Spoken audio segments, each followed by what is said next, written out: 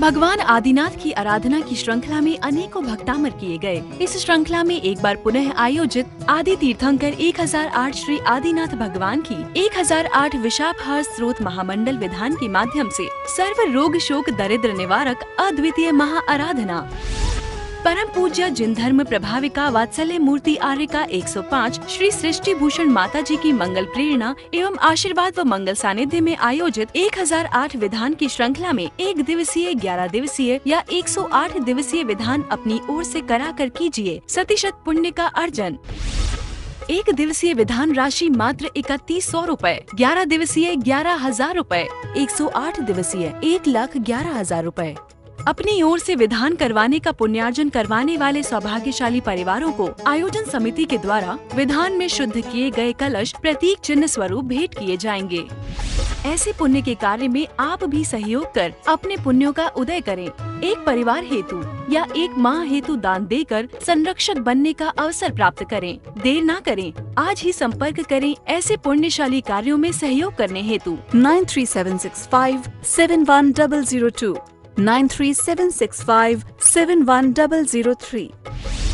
आपके द्वारा किया गया दान गरीब असहाय व्यक्तियों की सहायता में लगाया जाएगा। दान हेतु बैंक खाता विवरण सृष्टि मंगल सेवा समिति, bank name Punjab national bank, account number 0212011011777277, IFSC code PUNB 0021200। आपके द्वारा दिया गया दान आयकर की धारा 80G एवं 12A के अंतर्गत कर मुक्त रहेगा। आप भी अपनी चंचला लक्ष्मी का सदुपयोग कर पुण्य का लाभ अवश्य उठाएं।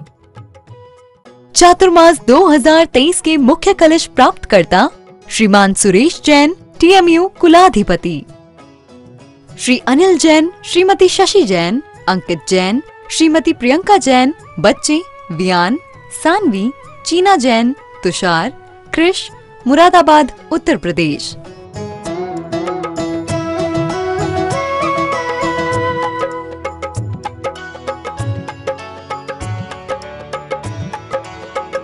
परम पूज्य जिन धर्म प्रभाविका आर्यका रत्न 105 श्री सृष्टि भूषण माता जी की मंगल प्रेरणा एवं आशीर्वाद से संचालित संस्था श्री आदि सृष्टि मंगलम अतिशय क्षेत्र श्री महावीर जी में चतुर्विध संग आहार उपकरण आदि की व्यवस्था सुचारू रूप में कई वर्षों से की जा रही है, जिसमें त्यागी वृत्तियों की भोजन व्यवस्था भी उपलब्ध है। श्री आदि सृष्टि मंगलम श्री महावीर जी में त्यागी वृत्तियों के आहार एवं यात्रियों के ठहरने के लिए वातानुकूलित कमरे भी उपलब्ध हैं। स्थल मेन मंदिर के सामने सृष्टि मंगलम भवन। अधिक जानकारी हेतु संपर्क करें 7300741008 या 9376571002। मैं तो अनादि से रोगी हूँ, उपचार कराने आया हूँ।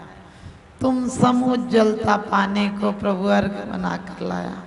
हमने बहुत सारी बातें पढ़ी हैं कि दुख देती है तृष्णा मुझको, कैसे छुटकारा पाऊं मैं। ध्यान रखना, यदि जो काम दुख देता है उस काम को हम दोबारा नहीं करते।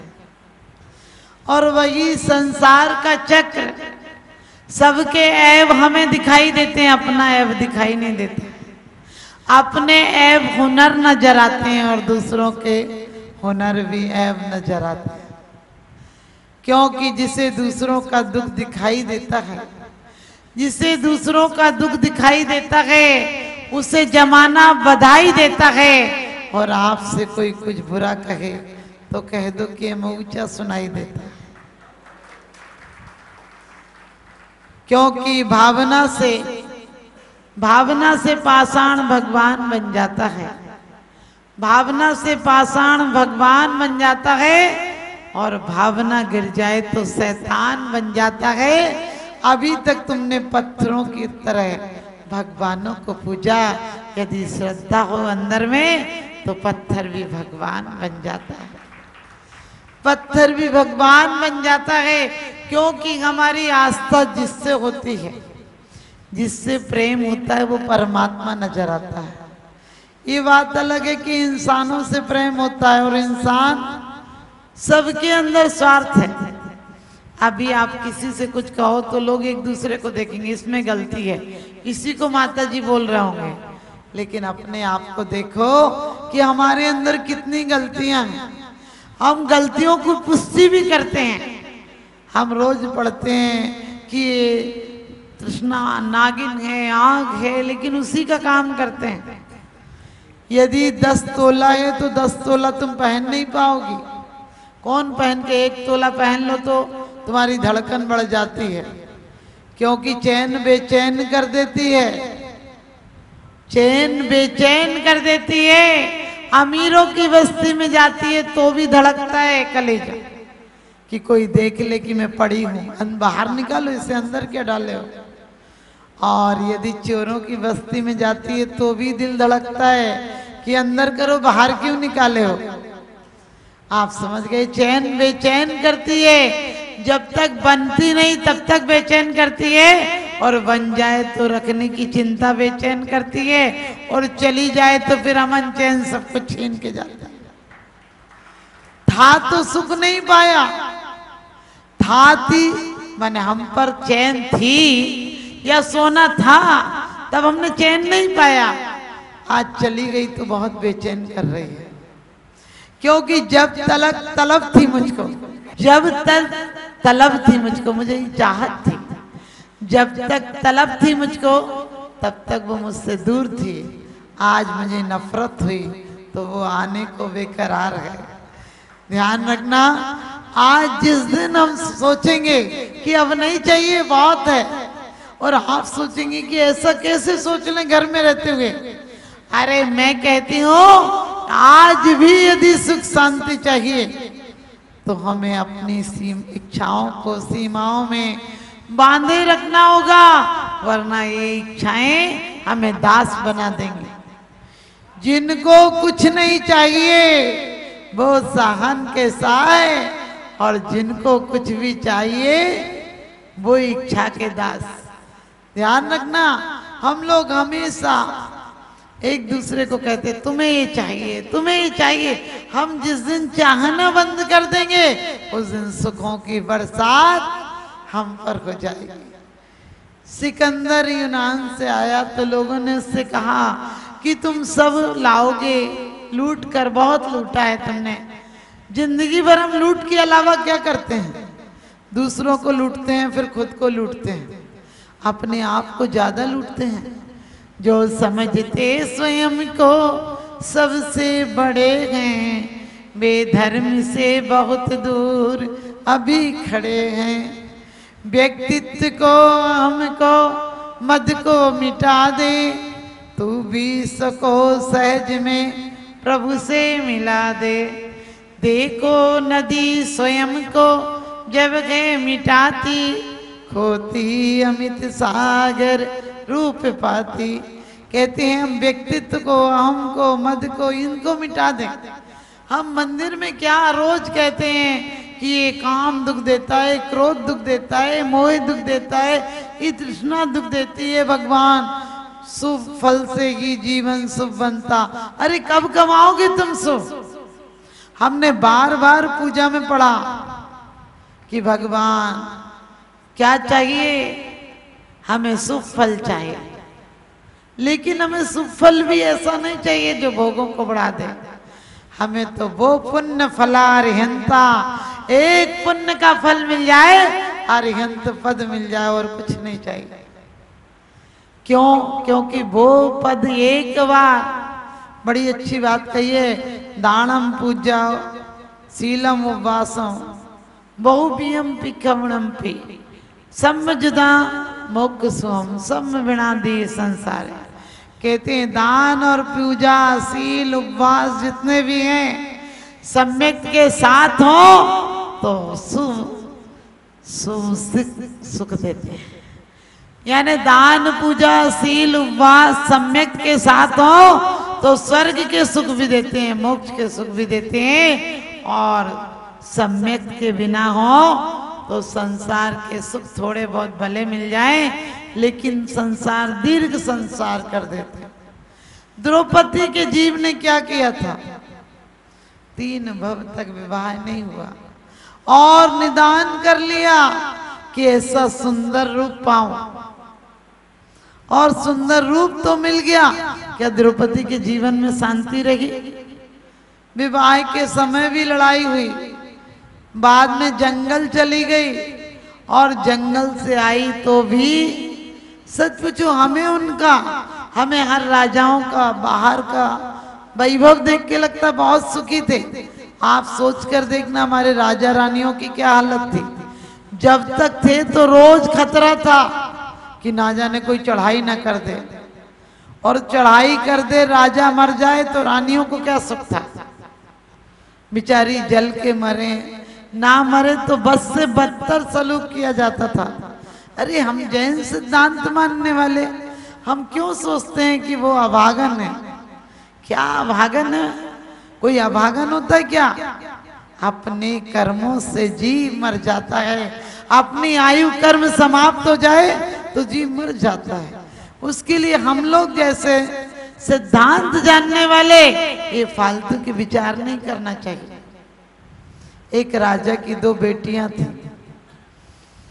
राजा की पहली बेटी हुई तो रानी मर गई। राजा को उससे बहुत नफरत हो गई बेटी से कि ये तो बेटी अभागन है। उसने उसका नाम ही रख लिया दुर्भाग्या।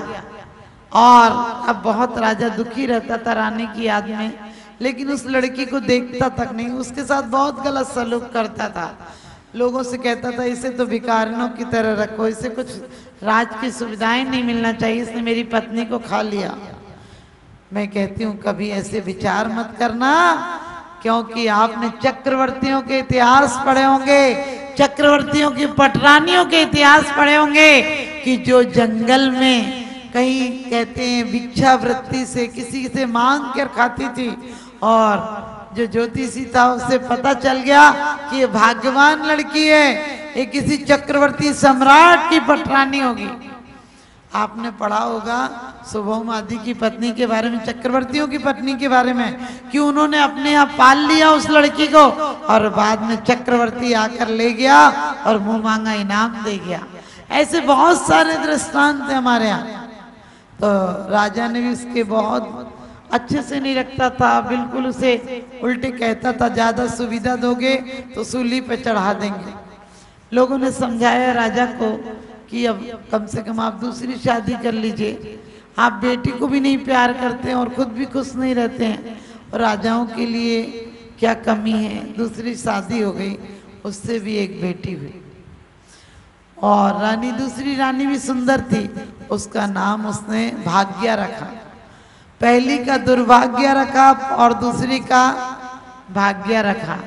अब वो बहुत चाहता था, और हर माँ अपनी बेटी को चाहती है, लेकिन ध्यान रखना जो माताएं बच्चों के साथ, सौत के बच्चों के साथ गलत सलूक करती हैं उन्हें बहुत पाप लगता है, क्योंकि औलादों को तुम साथ लेकर नहीं आती हो, मुसाफिरों की तरह बीच में आते हैं और तुम्हें जलाने के और काम में आते हैं।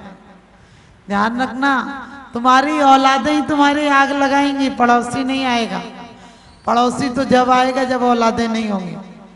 तो ध्यान रखना, इसलिए कर्तव्य करो, प्यार से रखो बच्चों को, लेकिन मोह में दूसरों का हित मत करो।